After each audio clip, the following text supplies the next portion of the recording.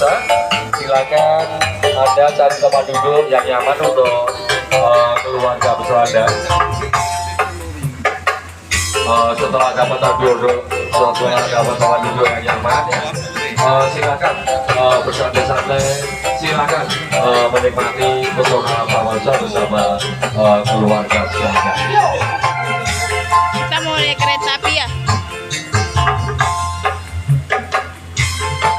Oke, dan juga kepada wisata terbatas bahwa lokasi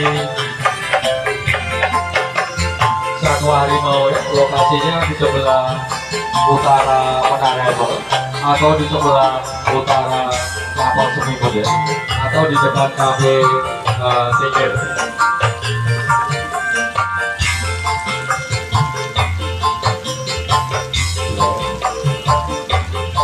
Oke, dan juga Taman Wisata juga menyediakan berbagai macam warna permainan khususnya untuk keluarga Anda dan kecil Anda, yaitu waterpark, kolam renang, sepeda santai, mandi bola, sepeda santai, sepeda beber, beca, kincir berbun, dan masih banyak lagi, semuanya untuk keluarga Anda dan kecil Anda.